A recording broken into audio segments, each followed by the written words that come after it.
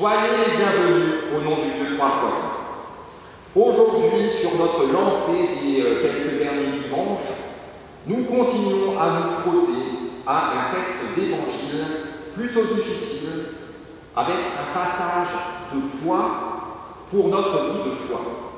Alors, un évangile dont le poids peut être lourd et pesant, ou alors parfaitement libérateur.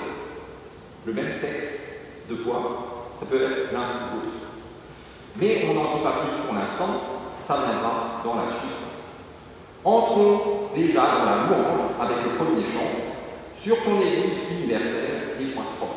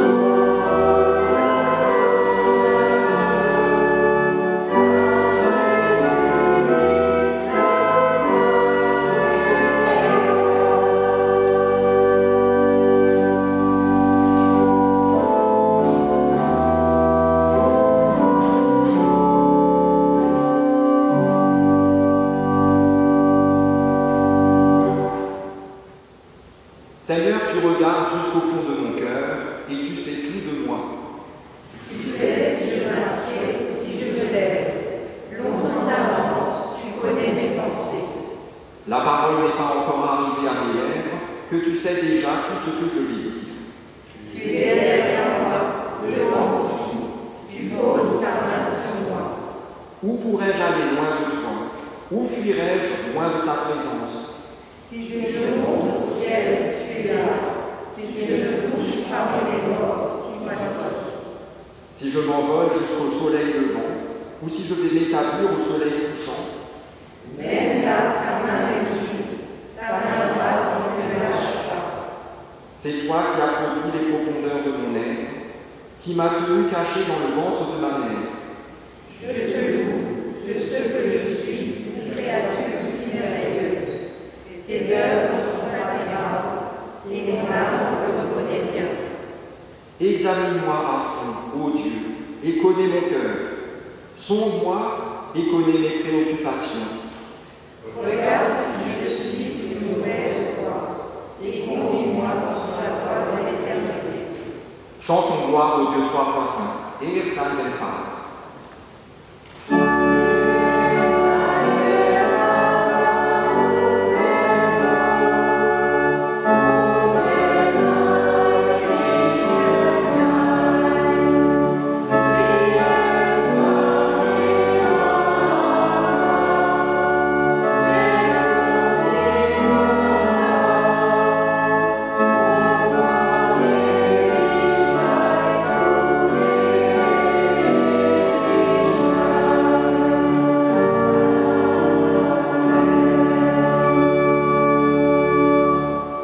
Parce que nous sommes sûrs de l'amour de Dieu pour nous, nous pouvons reconnaître devant lui ce qui nous sépare de lui. Seigneur, tu sais qu'il n'est pas facile d'être à ton service. On s'habitue si vite à tout, même au sacré. On s'habitue à toi, comme on s'habitue aux autres. On s'habitue même à l'amour, au point que celui-ci s'enlise et avec lui notre foi, dans la routine et le train-train du quotidien. Parfois, Seigneur, de serviteurs, nous devenons tyrans, avides de pouvoir sur les autres, avides d'une place d'honneur dans ce lieu comme dans les cieux. Seigneur, rappelle-nous aujourd'hui qu'être à ton service, c'est être au service de ton évangile et au service des autres. Oui, Seigneur, nous t'en prions, rappelle-nous que c'est là le seul pouvoir qu'ont les serviteurs de Dieu. Et dans ta grâce insondable, prends pitié de nous. Erbarme dich.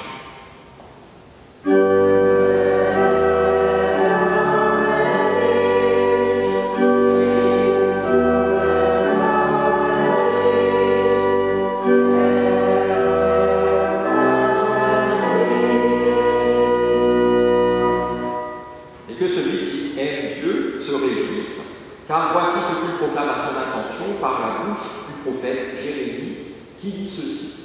« Je te connaissais avant même de t'avoir formé dans le ventre de ta mère.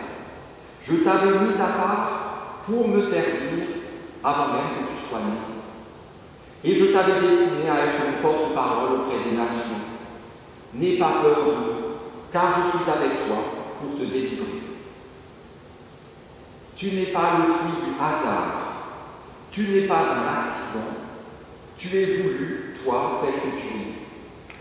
Tu es créé, façonné, tu es chéri et protégé. Tu es choisi, pardonné, tu es désiré et aimé. Pour la grandeur de sa bonté, chantons à Dieu notre reconnaissance et exaltons le Seigneur. Ehre sei Gott in der Höhe.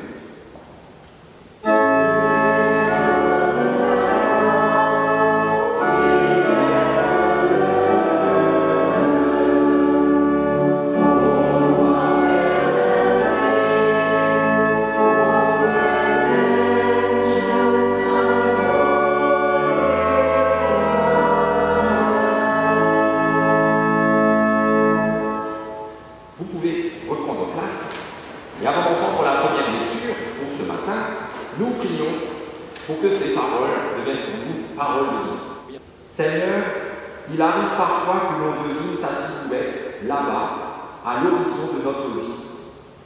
Nous te voyons, mais tu es encore loin. Nous te soupçonnons, mais nous te devinons à peine. Parfois, nous ne pouvons que t'apercevoir. Et pourtant, tu es toujours là, à portée de cœur, sans t'imposer à nous, sans fracturer nos portes ni nos coffres secrets. Tu es là, tout en suggestion. Tu es là et tu effleures notre âme de ta présence. Seigneur, il suffit de si peu, d'un signe de ta main, d'un clignement d'yeux, d'un rien dans notre regard, et te voilà pleinement présent, visible infiniment. Parlons à notre oreille et surtout parlons à notre cœur. afin que nous suivions celui que tu nous as envoyé, Jésus-Christ, ton Fils, notre Seigneur, qui vit et qui règne avec toi, Père, et le Saint-Esprit, un seul Dieu, pour les siècles des siècles.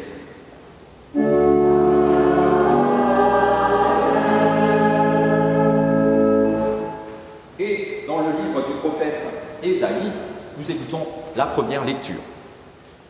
Ésaïe 43, versets 1 à 7. Peuple de Jacob, maintenant ton Créateur, lui qui t'a formé, Israël, le Seigneur te déclare. N'aie pas peur, je t'ai libéré. Je t'ai engagé personnellement, tu m'appartiens. Quand tu traverseras l'eau, je serai avec toi. Quand tu franchiras les fleuves, tu te n'y noieras pas. Quand tu passeras à travers le feu, tu ne t'y brûleras pas. Les flammes ne t'atteindront pas. Car moi, le Seigneur, je suis ton Dieu, moi, l'unique vrai Dieu, le Dieu d'Israël. Je suis ton sauveur. Je donne l'Égypte pour payer ta libération, l'Éthiopie et Séba en échange de toi. C'est ce que tu as du prix à mes yeux. Tu comptes beaucoup pour moi et je t'aime. Donc je donne des hommes à ta place, des peuples en échange de toi. N'aie pas peur, je suis avec toi, de l'est où le soleil se lève. Je fais revenir tes enfants, et de l'ouest où ils se couchent, je rassemble les tiens. Je dis au nord, rends-les donc, et au sud, ne les retiens pas. Ramenez mes fils de là-bas et mes filles du bout du monde. Ramenez ceux qui portent mon nom, tous ceux que j'ai créés, que j'ai façonnés, que j'ai faits, pour qu'ils manifestent ma gloire. Amen.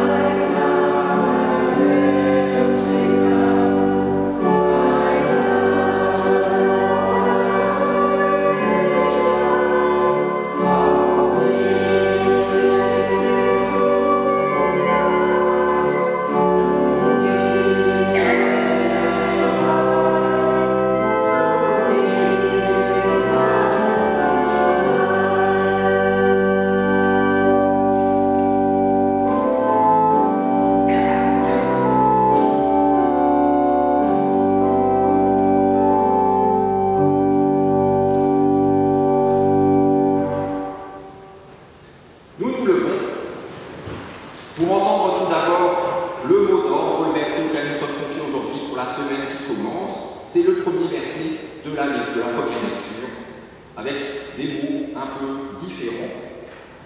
Ainsi parle le Seigneur, celui qui te crée. N'aie pas peur, car j'ai assuré ta rédemption.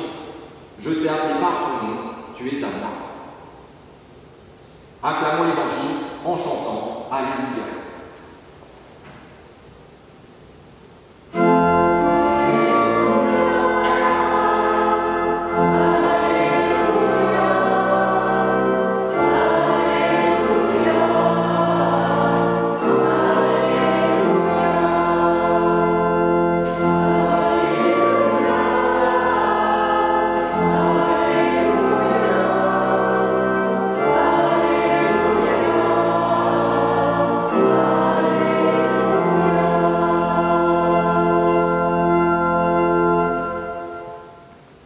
La deuxième lecture se trouve dans Matthieu 25, versets 31 à 46.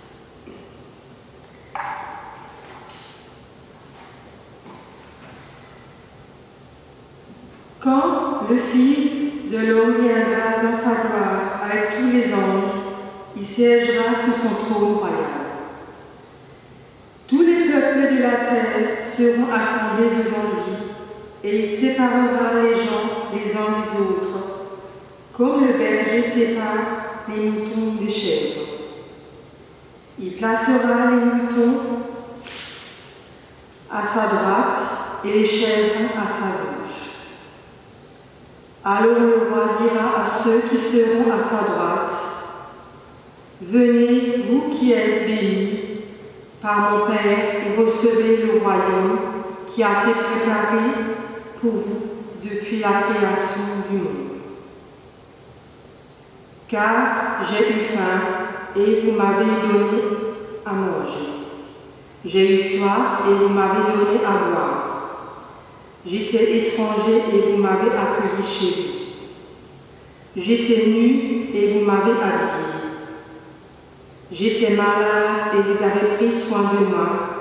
J'étais en prison et vous êtes venus me voir. » Ceux qui ont fait la volonté de Dieu lui répondront alors, « Seigneur, quand t'avons-nous vu affamé et t'avons-nous donné à manger, ou assoiffé et t'avons-nous donné à boire? Quand t'avons-nous vu étranger et t'avons-nous accueilli chez nous, ou nu et t'avons-nous habillé? Quand t'avons-nous vu malade ou en prison et sommes-nous allés te voir? » Le roi leur répondra, « Je vous le déclare, c'est la vérité. Toutes les fois que vous l'avez fait à l'un de ces petits de mes frères, c'est à moi que vous l'avez fait. » Ensuite, le roi dira à ceux qui seront à sa gauche, « Allez-vous-en loin de moi, maudits. Allez dans le feu éternel qui a été préparé par le diable et ses anges. Car j'ai eu faim et vous ne m'avez pas donné à manger. J'ai eu soif et vous ne m'avez pas donné à boire. J'étais étranger et vous ne m'avez pas accueilli. J'étais nu et vous ne m'avez pas habillé. J'étais malade et en prison et vous n'avez pas pris soin de moi. » Ils lui répondront alors, « Seigneur, quand avons-nous vu affamé, ou assoiffé, ou étranger, ou nu, ou malade, ou en prison, et ne t'avons-nous pas secouru ?» Le roi leur répondra, « Je vous le déclare, c'est la vérité. Toutes les fois que vous ne l'avez pas fait à l'un de ces plus petits, vous ne l'avez pas fait à moi non plus. » Et ils iront subir la peine éternelle. Tandis que ceux qui ont fait la volonté de Dieu iront à la vie éternelle. Seigneur, ta parole est la vérité. Enseigne-nous à marcher selon ta vérité. Louange à dire au Christ.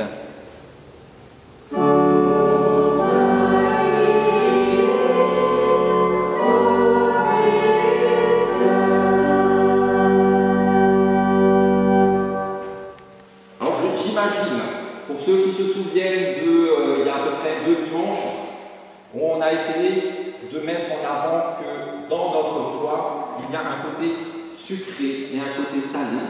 Un côté sucré, l'évangile, un côté salé, la loi, dans notre foi, aux chrétiens aussi. Et bien là, ce matin, nous avons entendu deux lectures. Une de l'Ancien Testament, qui était quand même beaucoup plus message d'évangile, bonne nouvelle, tu es à moi, je te connais par ton nom, je t'ai racheté. Et dans l'évangile de Matthieu, dans la bouche même de Jésus, on a quand même entendu plus la loi. Voilà, c'était juste ça. Bon, ouais. C'est pas juste ça, c'est pas fini, ça commence.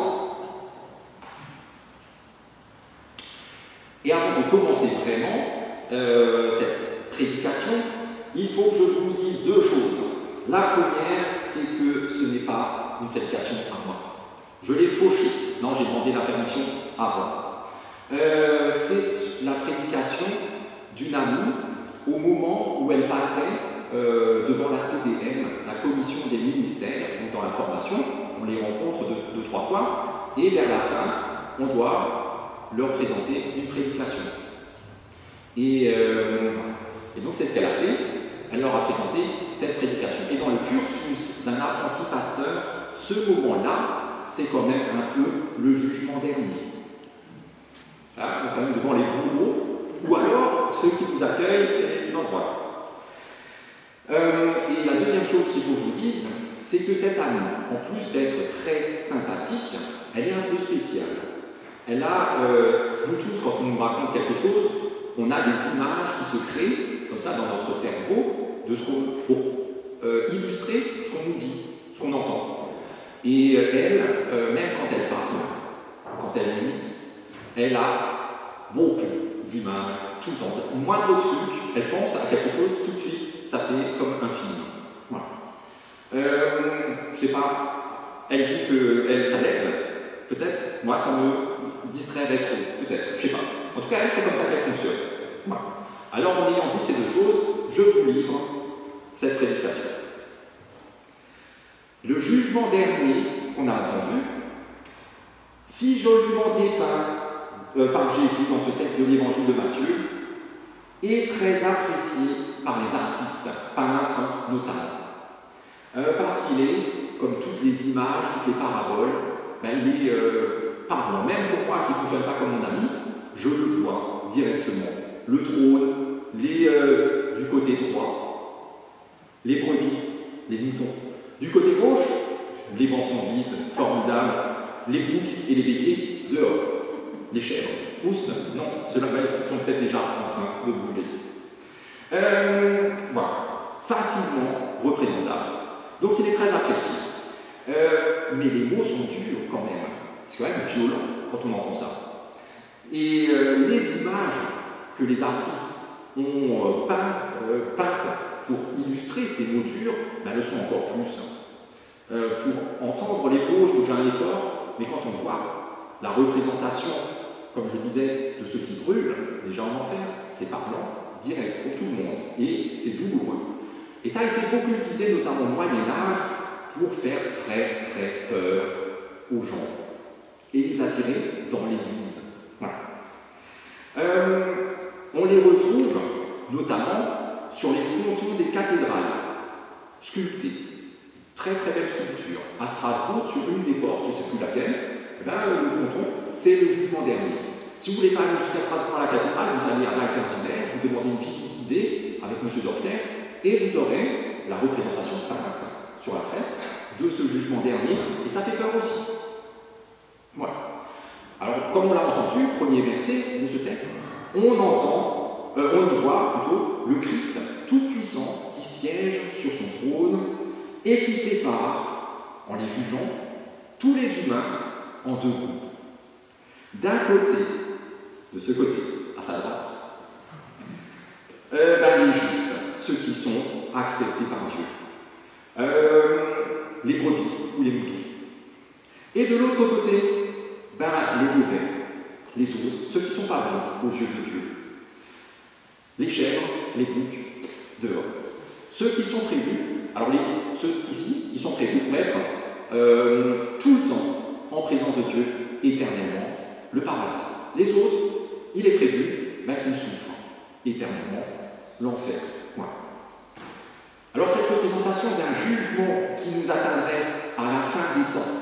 C'est pas maintenant, c'est pas à notre mort, c'est vraiment au moment où ça arrive, le jour J. Voilà. Tout le monde sera rassemblé et on coupe. Voilà. Enfin, lui, il coupe. C'est proprement terrifiant, littéralement conforme pourtant au texte et aux paroles de Jésus. C'est terrifiant et pourtant c'est ce qu'il a dit. Et malgré la fidélité de ces représentations au récit apocalyptique rapporté dans l'évangile de Matthieu, pour mon ami qui imagine tout, qui voit tout de suite tout, eh bien c'est impossible pour elle d'être dans la peur, tétanisée, en imaginant ça. Elle entend les mots durs, mais elle ne voit pas la représentation qu'on en fait habituellement avec ces flammes et tout ça. Ouais. C'est même plutôt tout le contraire. Elle ressent une impression de douceur et de quiétude incroyable en entendant ce texte. Et alors, pour expliquer cette sérénité et le fait que ça la conforte dans sa foi en le Christ, en le Dieu de grâce et de bonté, le Dieu d'amour, alors elle cherche comment le partager. Et pour la CDM, elle s'est dit, il faut que je fasse peut-être un peu plus que juste dire des mots, puisque moi j'aime beaucoup les images me parlent. Mais elle n'est pas bonne en peinture, donc elle a cherché autre chose, elle a trouvé ceci.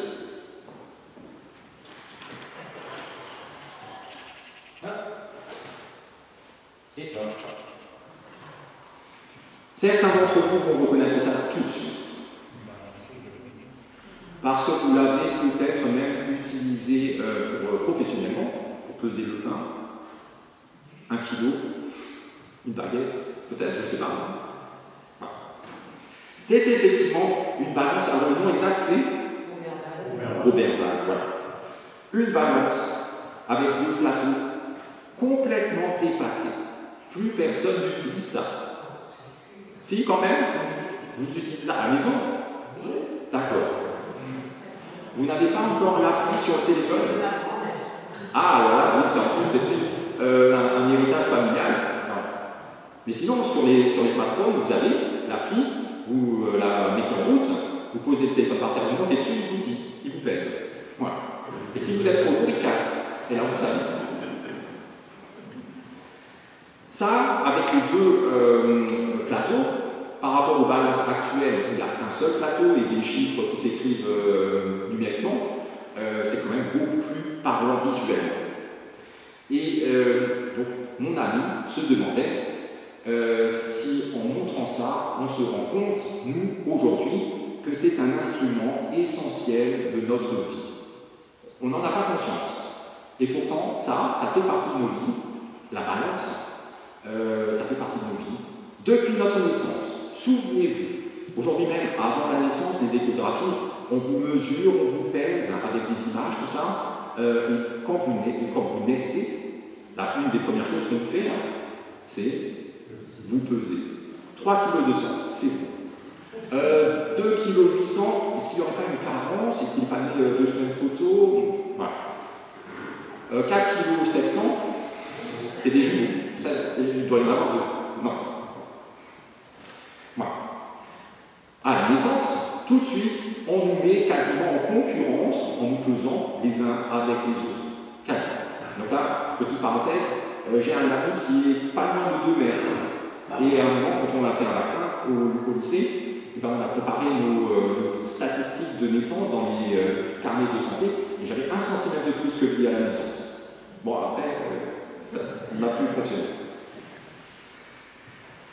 Après la naissance, à chaque visite chez le médecin, chez le pédiatre, et bien ce rituel-là, il est en place, vous n'y échappez pas. C'est aussi la première chose qu'il fait. Il vous mesure, il vous pèse. Pour voir si vous êtes dans les courbes. Si vous n'avez pas trop, ou si vous avez suffisamment de poids. Parce que la science a réussi à déterminer ce qu'il faut exactement pour une bonne croissance. Passer la croissance, cette balance, le fait de nous peser, continue à occuper nos vies. Je suis sûr qu'ici, dans ces bancs, on a tous déjà un peu surveillé notre alimentation. Et une bonne partie d'entre nous a déjà fait des régimes. Et bien le régime, je vous disais tout à l'heure, vous allumez l'appli sur le téléphone, vous montez dessus, quand il casse, c'est un signe pour vous dire il faut perdre du poids. Cette balance, c'est pareil, n'importe quelle balance. Quand vous mettez les deux pieds et qu'elle hurle, alors vous savez qu'il est temps de faire quelque chose. Et voilà. Ça devient après, une fois que vous avez engagé ce processus de contrôler un peu votre alimentation, l'outil quotidien parce que vous allez peser chaque gramme de ce que vous allez manger. Vous enlevez 3 grains de riz pour que ce soit un équilibre, voilà. Et puis comme vous avez un objectif de plus en plus dur, vous enlevez 10 grains de riz, et ainsi de suite. Vous utilisez ça constamment. Voilà. Dans nos vies, ça c'est clair, c'est facile à voir, régime, voilà. Mais il y a encore d'autres moments où on pèse aussi plein de choses. Je connais l'une ou l'autre personne, quand je sais que je vais lui parler, déjà 2 semaines avant, je pèse les mots que je vais lui dire. Est-ce que je lui dis bonjour ou salut? Est-ce que je lui demande si ça va? Parce que si je lui demande si ça va, ça risque de mal aller pour moi. Au point que finalement, je fais un défaut. Nous pesons aussi, souvent, et c'est bien de le faire, nos mots. C'est bien. Et à un niveau symbolique également, dans nos vies, à tous les niveaux, nous sommes pesés et jugés en permanence. J'ai ramené des petits points. Voilà. Il y a d'abord le pesage, le jugement, en fonction de notre travail et de nos revenus. C'est quand même un bon travail et des bons revenus. D'ailleurs, ça se voit. Oula, je suis trop près. Ça se voit. La balance directement a dit c'est bien. On est jugé en fonction de notre situation familiale. Vous avez 2 enfants, un grand et un petit. C'est parfait. Aujourd'hui, c'est peut-être 1, je ne sais plus combien. Oh, on ne va pas non plus les couper en 4. En fonction de votre situation sociale, de notre situation sociale, on est jugé. Vous n'êtes pas SDF, vous n'êtes pas non plus ministre. Vous êtes comme ça entre 2 eaux, vous êtes quand même plutôt pas mal. Mais c'est parfait. Vous penchez du bon côté. Très bien. Malheureusement, nous sommes aussi jugés, non seulement sur nos succès, mais aussi. Ah, il est où? Il est là. Oups. Ah. Sur nos échecs, j'en ai pas mis trop. Ça va, ça va. On est aussi jugé sur nos manques.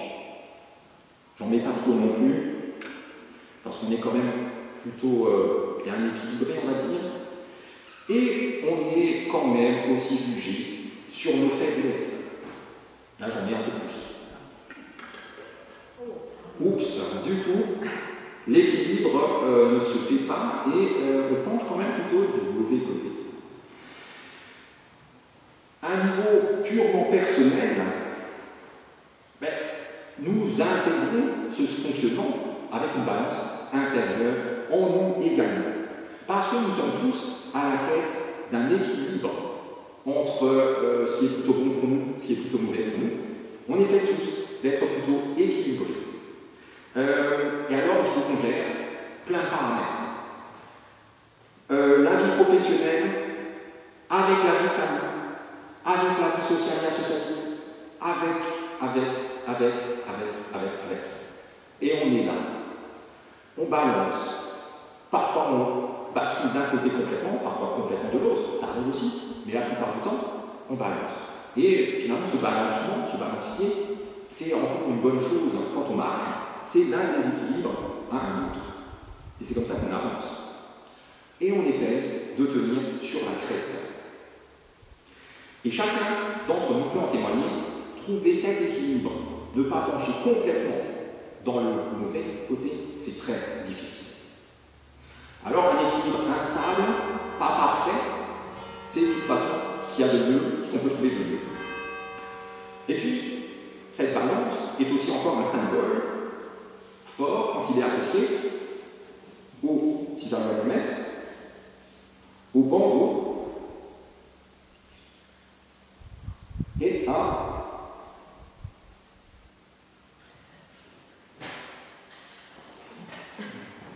à l'épée de la justice. Il y a rien encore? Non. Voilà. Il y a des fleurs. C'est aussi, avec la balance, le bandeau sur les yeux et l'épée, un symbole fort pour la justice humaine, en tout cas, où on pèse sur une situation donnée à un instant donné, si on est plutôt du bon côté ou du mauvais, pour pouvoir trancher juste. Voilà. Et alors dans tout ça, dans nos vies, et aussi surtout, puisque c'est la raison de ce texte, dans la justice, qu'en est-il de Dieu?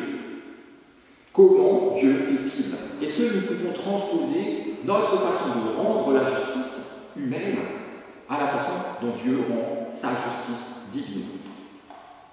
En d'autres mots, qu'est-ce qui pèse vraiment dans la balance de Dieu? Alors, est-ce que c'est le fait d'être, même si on n'est pas parfait, mais au moins plutôt bon, quand même, plutôt gentil. On est des petits anges bleus, pas toute l'année, pas tous les jours, pas tout le temps, mais quand même, ça doit forcément peser dans la balance. D'ailleurs, visuellement, vous voyez, j'en ai mis un tout petit, c'est clair et net. Pour Dieu, alors forcément, ça doit faire ça. Mais si on met nos bons côtés d'un côté, du bon côté, si on met nos qualités, voilà, notre gentillesse d'un côté, il faut aussi mettre ce qui est mauvais en nous de l'autre. Faisons-le. On appelle ça parfois les péchés. Laissons tomber tous les petits trucs, j'ai menti, j'ai volé, tout ça, laissons tomber. On va appeler ça le péché, le fait d'être simplement séparé de Dieu. Là, je mets ce petit point. Et là, il n'y a plus photo. Si Dieu juge comme nous le faisons, alors, c'est clair, nous sommes de ce côté. Il y a de la place de ce côté, ce matin. Mais normalement, c'est rempli. Ça déborde. Et ici, beaucoup moins nombreux. Alors, en bon protestant, on va dire une chose. Nous sommes sauvés par la grâce, la grâce seule, au moyen de la foi et de la foi seule. Nous sommes sauvés. Et c'est tout à fait vrai. Et en même temps, souvenez-vous de cette pizza qui était à la fois sucrée et à la fois salée.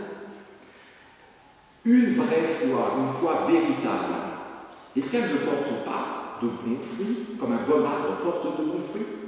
Une foi véritable, une foi, on va dire, qui ne porte pas les bons fruits, est-ce que c'est une foi véritable? J'ai tout fait pour Dieu, j'étais à l'église tous les dimanches, j'ai payé l'offrande annuelle, et bien, toutes les années, j'ai blablabla, je ne sais pas encore, et finalement j'ai fait ça pour de mauvaises raisons. Je ne vais même pas dire lesquelles, mais complètement à côté de la plaque.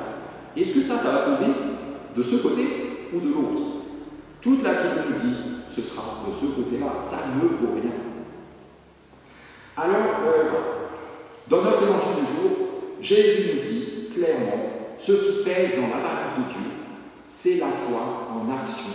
Et la foi en action, c'est dans l'amour. C'est l'amour. L'amour, c'est la foi en action. Et c'est ça qui fait pencher la balance de Dieu du bon côté pour nous. C'est ça qui apporte sens et intérêt à nos vies, parce que sinon on peut vivre 80, 100, 120 ans, c'est comme si on n'avait pas vécu. Ça ne sert à rien de vivre 120 ans si c'est pour vivre et finir dans le néant. Jésus nous dit que l'amour de Dieu peut être exprimé par chacun d'entre nous, doit être exprimé par chacun d'entre nous. Si nous sommes aimés de lui et que nous l'aimons, nous devons exprimer cet amour à travers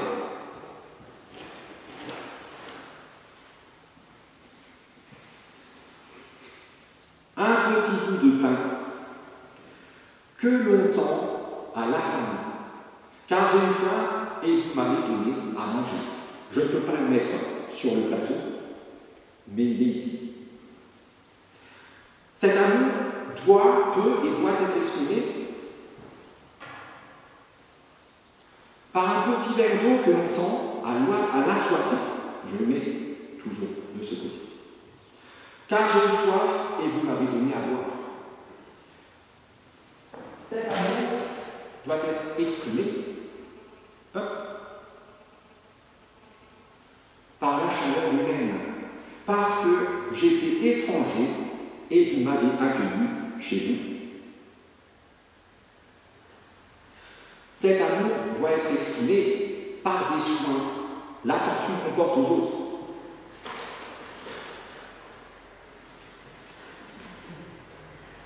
Toujours de ce côté.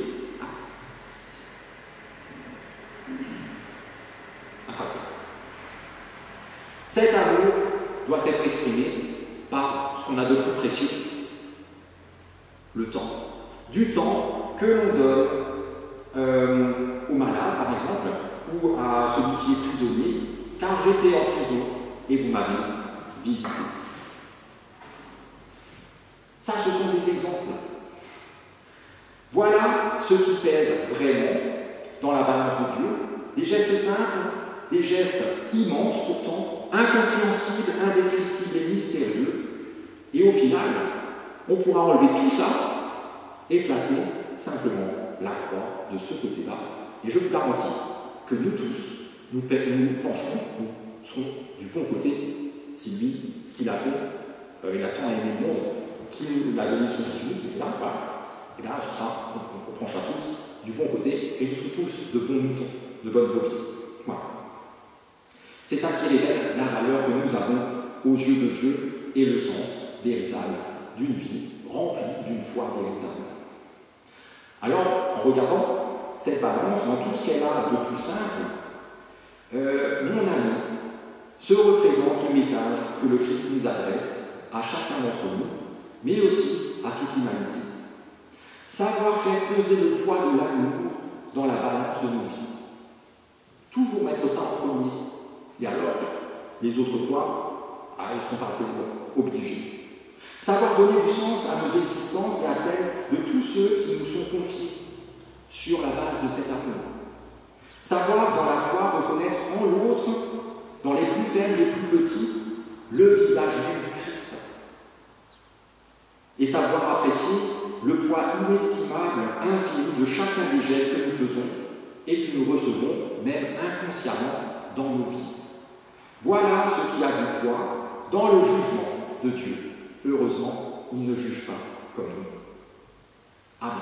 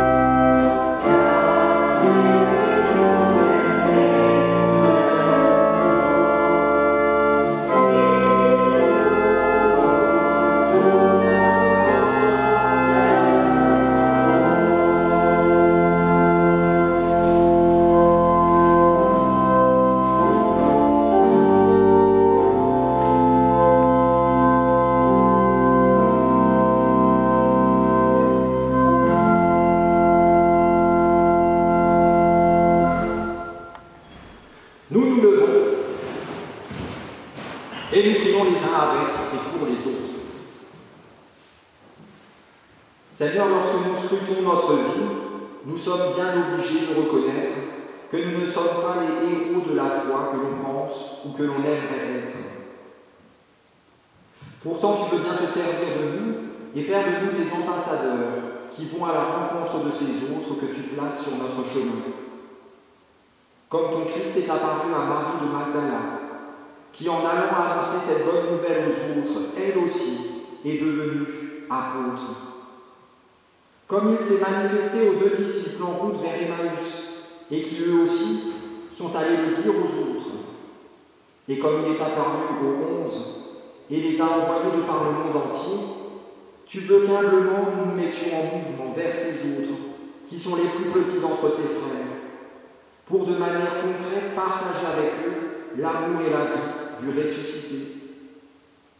Toi qui es le Dieu qui relève et qui guérit, le Dieu qui sauve et qui bénit, nous te confions tous ces êtres qui nous sont chers et dont les difficultés, les tristesses et les misères, les angoisses et les maladies nous sont douloureuses.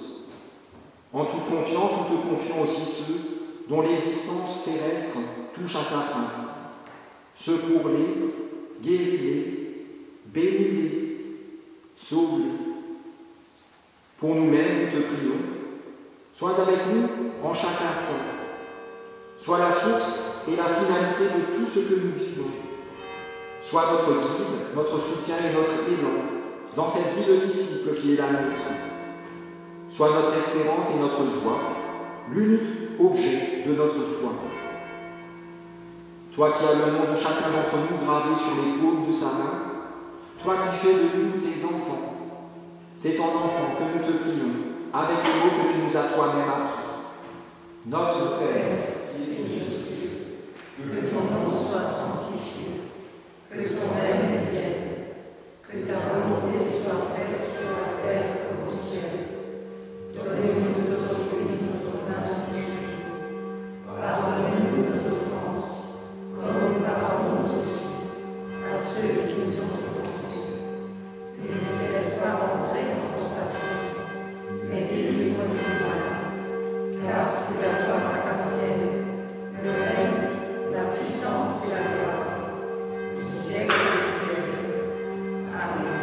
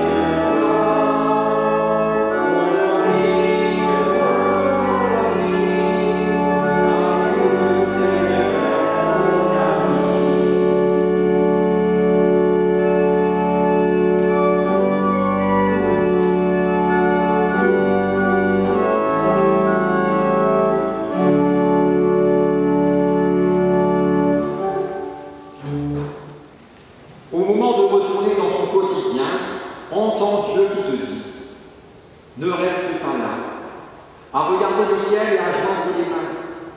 Bien sûr qu'il est bon de prier et d'invoquer mon nom, mais ne crois pas que ces petits mots me suffisent. Allons, retrousse tes manches et regarde de la terre, parce que tes frères, c'est aussi ton affaire. Pas juste celle des autres, de l'Église ou du pasteur, la tienne, parce que l'Église, c'est toi. Toi qui as reçu mon esprit, toi qui es marqué de mon nom, regarde autour de toi et tu verras ceux qui ont faim et soif, non seulement de parole et de cerveau, mais aussi de reconnaissance et d'amour. Là où tu es et partout où tu iras, parle-leur de moi, car je serai avec toi. Et qu'ainsi que notre Père, par son Esprit, vous accompagne et vous conduise, qu'il vous accomplisse dans son alliance éternelle, en Jésus-Christ son Fils, notre Seigneur. Et soyez bénis, vous êtes bénis. Amen.